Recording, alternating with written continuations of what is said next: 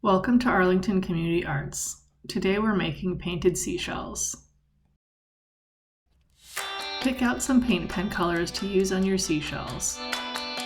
You can follow the natural lines in the seashells to make stripes.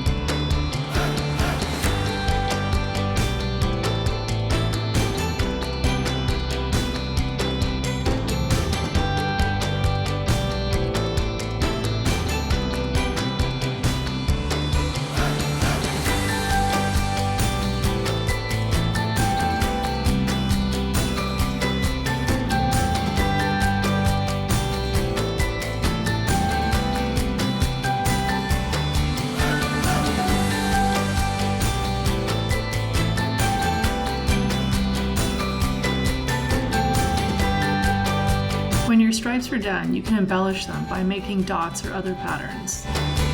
You can also draw in additional stripes or just use your imagination.